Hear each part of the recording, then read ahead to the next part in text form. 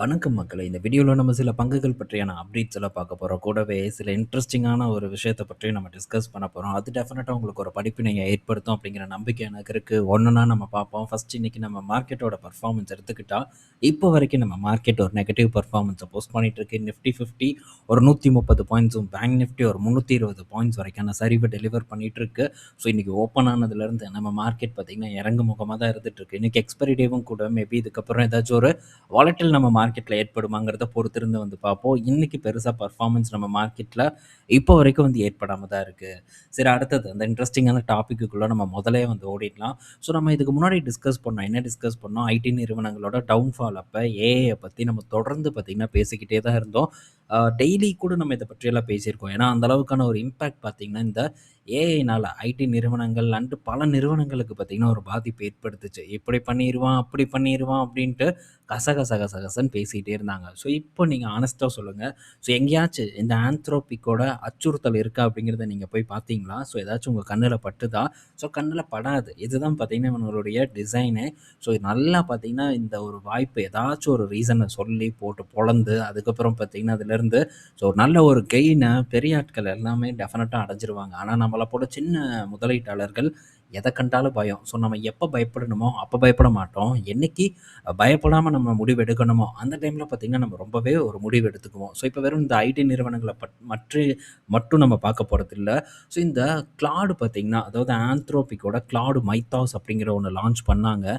அது பார்த்திங்கன்னா சைபர் செக்யூரிட்டியில் பெரிய அச்சுறுத்தலை ஏற்படுத்தும். வங்கிகள் இதை கண்டு கிடுகிடுன்னு நடுங்கிட்டு இருக்கு அப்படின்ட்டுலாம் பெரிய அளவுக்கான செய்திகள் வந்தது. ஞாபகம் இருக்கா? ஸோ எல்லாருமே பார்த்திங்கன்னா ஏதாச்சும் செக்யூரிட்டி ஃப்ளா இருக்குமோ, இது இருக்குமோ, அது இருக்குமோன்ட்டு பெரிய அளவுக்கு வந்து பயந்துட்டு இருந்தாங்க. ஸோ அந்த சூழ்நிலையில் சைபர் செக்யூரிட்டி பங்குகள் பார்த்திங்கன்னா பெரும் சரிவை சந்திச்சது. இதை பற்றியெல்லாம் அந்த டைமில் நம்ம டிஸ்கஸ் பண்ணியிருக்கோம். ரிட்டெயில் ஆப்ஷன் குளோபல்லையும் வந்து பேசியிருக்கோம்.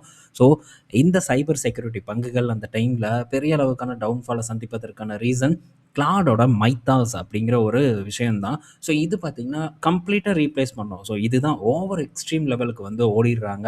ஸோ அவங்க கொடுக்கக்கூடிய டேட்டா தான் இது. ஸோ இதை பார்த்ததும் மற்றவர்கள் என்ன நினைக்கிறாங்கன்னா, ஸோ முடிஞ்சது, இதுவே எல்லாம் பண்ணிக்கும் அப்படிங்கிற ஒரு எதிர்பார்ப்பில் ஸோ கண்ணை மூடிட்டு இறங்கிட்டு இருக்கக்கூடிய இடத்துல ஆப்பர்ச்சுனிட்டியை வந்து பார்க்க மாட்டேங்கிறாங்க. ஆனால் இப்போ இந்த சைபர் செக்யூரிட்டி ஸ்டாக்ஸ் எல்லாம் பார்த்திங்கன்னா இதுக்கு முன்னாடி என்ன லெவலில் இருந்ததோ அந்த லெவலை தாண்டி ஓடிட்டு இருக்கு. ஸோ இந்த செய்தி வந்தப்போ மைத்தாஸோட பஞ்சாயத்து வந்தப்போ பார்த்திங்கன்னா ஒரே நாளில் $14.5 பில்லியன் அளவுக்கான மதிப்பு இழப்பு பார்த்திங்கன்னா நடந்தது பங்குகளில். ஸோ பல பங்குகள் இந்த க்ரௌட் ஸ்ட்ரைக்கு, க்ளவுட் ஃப்ளேர் இந்த மாதிரியான பல நிறுவனங்கள் பார்த்திங்கன்னா பெரிய அளவுக்கான ஒரு இழப்பை சந்திச்சது. பட் இப்போ அந்த நிறுவனங்கள் எந்த இடத்துல இருக்குது? இதை யாராச்சும் போய் தேடி பார்க்குறாங்களா? டெஃபினட்டாக பலரும் வந்து பார்க்க மாட்டாங்க. ஸோ இந்த ஆந்த்ரோபிக் அப்படிங்கிறதையே எல்லாம் மறந்துடுவாங்க. ஸோ எத்தனை நிறுவனங்கள் சரிவடைஞ்சிருக்கு அப்படிங்கிறத பாருங்கள். ஸோ இப்போ நம்ம இந்த க்ரௌட் ஸ்ட்ரைக் எடுத்து பார்ப்போம் எப்படி வந்து இருக்குது அப்படின்ட்டு. இதை நான் நேற்றே வந்து டிஸ்கஸ் பண்ணணும் அப்படின்னு நான் நினச்சேன். சரி, இன்றைக்கி நம்ம இதை பற்றி பேசிடலாம் அப்படின்னு தான் இப்போ எடுத்துகிட்டு வந்திருக்கேன். ஸோ இந்த க்ரௌட் ஸ்ட்ரைக் இந்த பஞ்சாயத்தெல்லாம் முடிஞ்சதுக்கு அப்புறம் மட்டும் பார்த்தீங்கன்னா பெரிய அளவுக்கான ஒரு ஏற்றத்தை கொடுத்துருக்கு. கிட்டத்தட்ட டபுள் த ரிட்டனை வந்து போஸ்ட் பண்ணியிருக்கு எப்போ இருந்து. ஸோ இந்த வருடத்தில் மட்டுமே டபுள் த ரிட்டனை இந்த நிறுவனங்கள் டெலிவர் பண்ணியிருக்கு. $86 இருந்தது, இப்போது $225 வந்து க்ளோஸ் ஆகிருக்கு. கிட்டத்தட்ட டபுள் த ரிட்டனுக்கு மேலான ஒரு பர்ஃபார்மன்ஸை இந்த நிறுவனங்கள் எல்லாம் போஸ்ட் பண்ணியிருக்கு. ஸோ அசஞ்சர் பெரிய ஒரு செல் ஆஃபை வந்து போஸ்ட் பண்ணிச்சு. இப்போ அந்த அசஞ்சர் பார்க்கும்போதும் அப்படியே படிப்படியாக வந்து ஒரு ரெக்கவர் வந்து டெலிவர் பண்ணிட்டு இருக்கு. ஸோ எவ்வளோ பெரிய ஒரு அச்சமான ஒரு சூழ்நிலை நடந்துட்டு இருந்தது. பட் அந்த அச்சமான சூழ்நிலை இப்போ எங்கே அப்படிங்கிற கேள்வியை ஒவ்வொரு ரீட்டைல் இன்வெஸ்டரும் அவங்களுக்குள்ளேயே வந்து கேட்டுக்கணும். ஸோ இதுதான் பார்த்திங்கன்னா மார்க்கெட்டில் நடக்கக்கூடிய ஒரு ஏமாற்று வேலை. ஸோ மார்க்கெட்டில் பல ஏமாற்று வேலைகள் நடக்கும். பாட்டமில் வாங்குறது அவ்வளோ சாதாரண ஒரு விஷயம் இல்லை. ஸோ பாட்டமில் கன்விக்ஷன் ஏற்படுத்துவது அப்படிங்கிறது அவ்வளோ சாதாரண விஷயம் இல்லை. ஏன், பல ஐடி நிறுவனங்களில் வேலை செய்யக்கூடிய நபர்கள் கூட பார்த்திங்கன்னா நம்பிக்கை இழந்தாங்க. ஸோ முடிஞ்சே போச்சு அப்படிங்கிற அளவுக்கு தான் வந்தாங்க. பட் எதுவும் வந்து நடக்கலை. ஸோ பெரிய அளவுக்கு இந்த ஒரு பூம் கிளப்பின விஷயங்கள் எதுவுமே பார்த்திங்கன்னா இப்போது நிலைக்கலை அப்படிங்கிறத நம்ம வந்து கண்டிப்பாக புரிஞ்சுக்கணும். ஸோ பாட்டமில் எப்படி ஆக்ட் பண்ணணும் அப்படிங்கிறத இந்த ஒரு விஷயம் உங்களுக்கு கற்றுக் கொடுத்துருக்கோம் அப்படின்னு நான் நினைக்கிறேன். ஸோ மறக்காமல் இதை பற்றியும் நம்ம டிஸ்கஸ் பண்ணியிருக்கோம். ஸோ தொடர்ந்து இந்த மாதிரியான நிகழ்வுகளை பற்றி நம்ம பேசுவோம். பட் அதுக்கெல்லாம் தேவை உங்களுடைய ஒரு ஆதரவு தான். ஸோ புது விஷயங்களை என்னால் இந்த இடத்துல பேசவே முடிய மாட்டேங்குது. ஏதாச்சும் ஒரு கிரிட்டிக்கலான ஒரு விஷயம் நடக்குதுன்னா, அத பற்றியும் நம்ம இந்த இடத்துல டிஸ்கஸ் பண்ண முடிய மாட்டேங்குது. கன்னா பின்னான்ட்டு வந்து கருத்துக்கள வந்து பதிவிடுறாங்க. ஸோ இதெல்லாம் பார்க்கும்போது, என்னுடைய அனாலிசிஸ் பண்ணக்கூடிய அந்த இதே பார்த்தீங்கன்னா, ரொம்ப பாதிக்கப்படுது. என்னால கிளியரா உட்காந்து ஒர்க்கே பண்ண முடியல. ஸோ அந்த பாதிப்ப நான் ஃபீல் பண்றேன். பல பேருக்கு இத கடந்து போலாம் அப்படின்னு சொல்லுவாங்க. ஆனா அதெல்லாம் அவ்வளோ ஈஸியான ஒரு விஷயம் இல்ல. கடந்து போங்கன்று ஒரு கமெண்ட் நானும் கூட இந்த மாரி நெறைய போட்டிருக்கேன். ஆனா, ஸோ அந்தந்த சிச்சுவேஷன்ல இருக்கும்போது தான் அவங்களால அத ஃபீல் பண்ண முடியும். ஏன்னா, இது ஒரு பக்கம் நம்ம மைண்ட்ல பார்த்தீங்கன்னா, ஒரு நெகட்டிவான ஒரு விஷயத்த வந்து கிரியேட் பண்ணும். சரியா உட்காந்து நம்மளால நம்மளுடைய வேலைய பண்ண முடியாத ஒரு சூழ்நிலை ஏற்படும். ஸோ பார்ப்போம் தொடர்ந்து. அப்பப்போ வந்து நம்ம கண்டிப்பா டிஸ்கஸ் பண்றத பத்தி திங்க் பண்ணலாம். ஸோ ஓவரா நம்ம நம்பிட்டு இருக்கக்கூடாது. இவனுங்க என்ன சொல்றானுங்க அப்படின்ட்டு நம்மளுடைய உழைப்ப போட்டு நம்ம வந்து சான்ஸ வந்து தேடணும் அப்படிங்கிறது என்னோட ஒரு கருத்து. பிளைண்டா நம்ம இவனுங்க சொல்றத கேட்கக்கூடாதுங்கிறத இந்த இடத்துல நீங்க கத்திருப்பீங்கன்னு நான் நெனைக்கிறேன். ஸோ அடுத்தது பார்த்தீங்கன்னா, மியூச்சுவல் ஃபண்ட்ஸ் இந்த ஜூலை மாசம் பார்க்கும்போது ஏஎம்எஃப்ஐ டேட்டா வந்திருக்கு. ஸோ இதில நல்ல ஒரு பவுன்ஸ் பேக் ஏற்பட்டிருக்கிறதா தகவல் வந்திருக்கு. மியூச்சுவல் ஃபண்ட்ஸோட முதலீடு பார்க்கும்போது நல்லாவே வந்து க்ரோ ஆயிருக்கிறதா சொல்றாங்க. அதுலயும் குறிப்பா இந்த ஸ்மால் கேப் ஃபண்ட்ல பார்க்கும்போது நல்ல ஒரு லீட் கிடைச்சிருக்கிறதா ஒரு தகவல் வந்து கிடைச்சிருக்கு.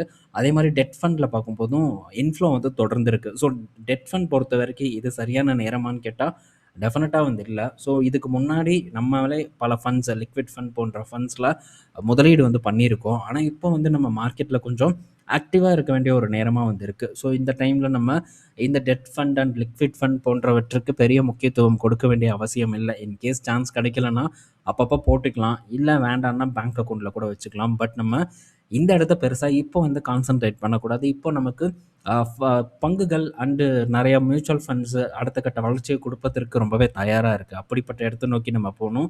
மாறா திரும்ப கொண்டு போய் நம்ம ஸ்மால் கேப், மிட் கேப் அந்த மாரியான இடத்துல நம்ம போய் பணத்த பார்க் பண்றது எந்த அர்த்தமும் இல்ல. ஸோ அங்க பண்றதும் ரொம்ப ரிஸ்க் அப்படிங்கிறத புரிஞ்சுக்கணும். ஸோ டெட் ஃபண்டாச்சும் நமக்கு லாஸ ஏற்படுத்தாது. பட் அந்த மாரியான இடத்துல நம்ம போனோம்னா, கால விரயம் ஏற்படுவதற்கான வாய்ப்பு இருக்கு அப்படிங்கிறத கண்டிப்பா உணர்ந்துக்கணும். ஸோ அடுத்தது விப்ரோ கிட்ட இருந்து அப்டேட் வந்திருக்கு. ஸோ விப்ரோ பார்த்தீங்கன்னா, இப்போ நிஃப்டி 50லேருந்து பாய் பாய் சொல்லிட்டு வெளிய போகுது. இதுக்கு பதிலா பிஎஸ்சிய வந்து நிஃப்டி 50க்குள்ள கொண்டு வர போறதா ஒரு தகவல் வந்து குடுத்துருக்காங்க. ஸோ இதனால தான் எனக்கு இந்த நிஃப்டி 50ல பெரிய இன்ட்ரெஸ்ட் இல்ல. நெறைய பேர் வந்து கேட்டாங்க, "ஏங்க நிஃப்டி 50ல வந்து பாசிவ் ஃபண்ட் ஜாலியா வந்து போடலாமே, இதுலயும் எல்லாம் லார்ஜ் கேப் தானே இருக்கு." அப்படிங்கிற ஒரு கேள்விய வைக்கிறாங்க. ஆனா, ஸோ இவனுங்க இந்த மாரி மாத்தி மாத்தி ரீப்ளேஸ்மென்ட் பண்ணிட்டே இருந்தா, எந்த அளவுக்கு ஒரு கரெக்ட்டா இருக்கும்ங்கிறது எனக்கு தெரியல. எப்படி ரிட்டர்ன் வந்து நமக்கு கிடைக்கும் அப்படிங்கிறது ஒரு கேள்விக்குறியான விஷயம் இருக்கு. ஏன்னா, இவ்வளவு நாள் இந்த நிறுவனம் பார்த்தீங்கன்னா, ஒரு நல்ல இடத்துல இருந்தது.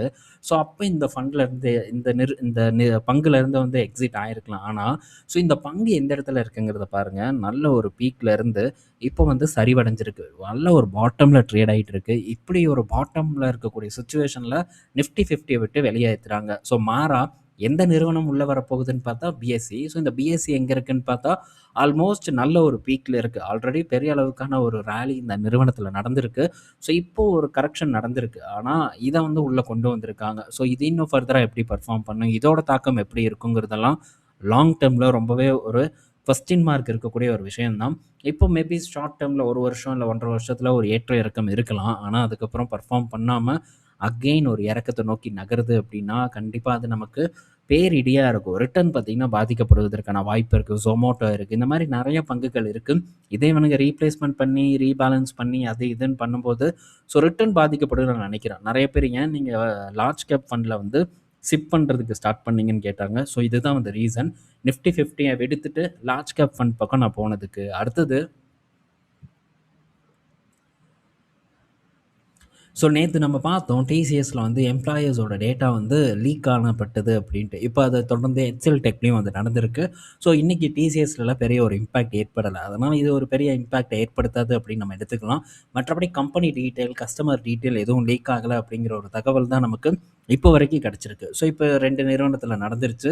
ஸோ அடுத்து விப்ரோலயும் நடக்கலாம், அடுத்து இன்ஃபோசிஸ்லயும் நடக்கலாம். தொடர்ந்து இது பார்த்தீங்கன்னா நடப்பதற்கான வாய்ப்பு இருக்கு அப்படின்னு நம்ம எடுத்துக்கலாம். ஆனா இதனால பெரிய அளவுக்கான ஒரு இம்பாக்ட் பார்த்தீங்கன்னா, இந்த ஐடி நிறுவனங்கள்ல ஏற்படல அப்படிங்கிறத நம்ம புரிஞ்சுக்கணும். அடுத்தது ஸோ பாஷோட ரிசல்ட் வந்திருக்கு. எக்ஸலண்ட்டான ஒரு பெர்ஃபார்மன்ஸ பார்த்தீங்கன்னா, பாஷ் இந்த காலாண்டு வந்து போஸ்ட் பண்ணியிருக்காங்க.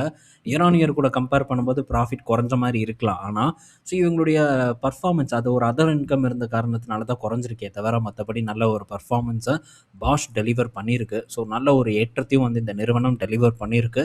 ஸோ ஆப்பரேட்டிங் ப்ராஃபிட் கும்முன்னு வந்து உயர்ந்திருக்கு இயர் ஆன் இயர் கூட கம்பேர் பண்ணும்போது. ஸோ ஓவராலா ஒரு வளர்ச்சி பாதையை நோக்கி தான் போறாங்க. பட் ரொம்பவே காஸ்ட்லியான ஒரு நிறுவனமா இருக்கு. ஸோ இதெல்லாம் ஒன்ஸ் வந்து ஒரு நல்ல இடத்துல இருந்தது. அந்த டைம்ல நான் மிஸ் பண்ணேன். 20,000க்கு கீழ இருந்தது. ஸோ திரும்ப பார்த்தீங்கன்னா, நிறுவனம் இந்த வருடம் இறங்குச்சு. ஆனா திரும்பவும் ஒரு பெட்டரான ஒரு லெவலுக்கு வரும்னு நான் எதிர்பார்த்தேன். ஆனா வரல. அதுக்கப்புறம் ஒரு சான்ஸ் பார்த்தீங்கன்னா கிடைக்கல.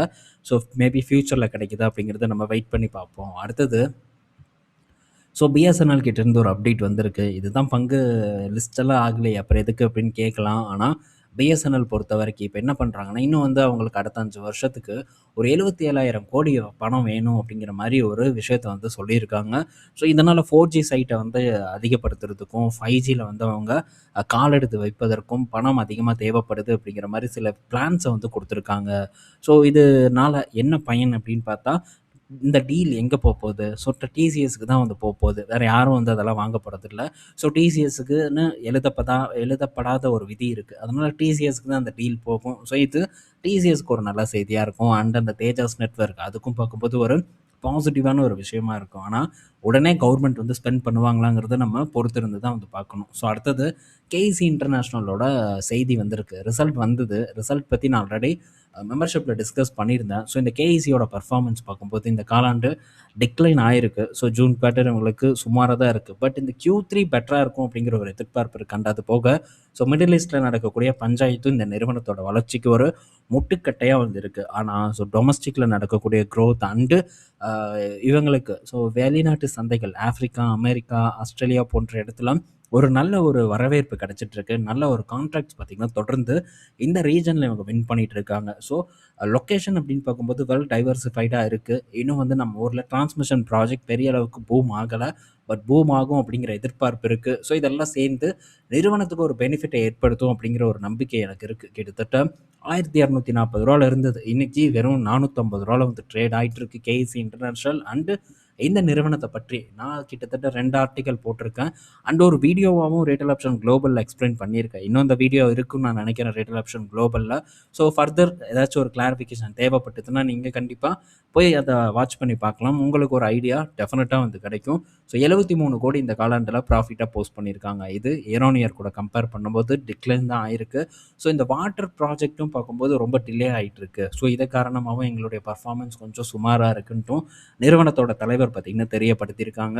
ஸோ இதெல்லாம் சேர்ந்து ஒட்டுக்கா வரும் அப்படிங்கிற ஒரு எதிர்பார்ப்பு இருக்குது. அண்ட் ஒரு லேபர் ஷார்ட்டேஜும் பெரிய ஒரு தலைவலியாக இருக்கிறது தான் நிறுவனத்தோட கஷ்டத்தை நம்ம கூட ஷேர் பண்ணியிருக்காங்க. எந்தெந்த இடத்துல லேக் ஆகுறாங்கங்கிற விஷயம் நமக்கு தெரிஞ்சிருக்கு.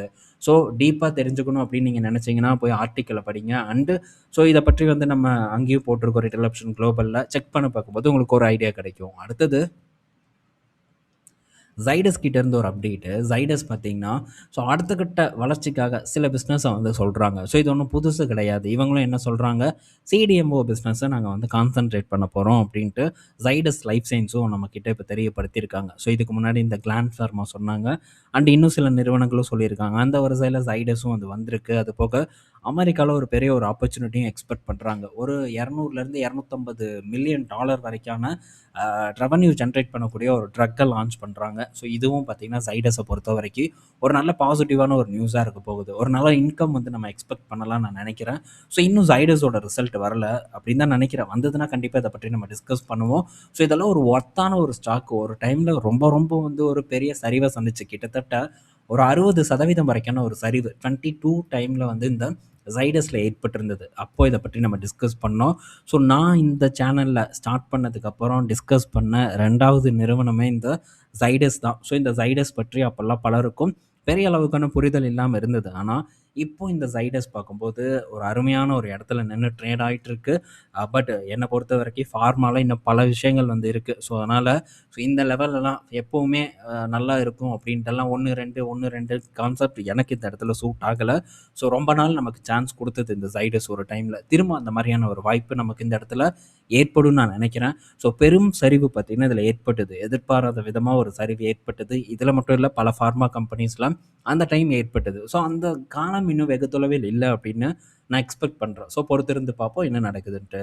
இந்த வீடியோல பல இன்ஃபர்மேஷன் நம்ம பார்த்திருப்போம். பயனுள்ளதா இருக்கும்னு நான் நினைக்கிறேன். ஈவினிங் நம்ம இன்னொரு வீடியோல மீட் பண்ணுவோம். பாய் மக்களே!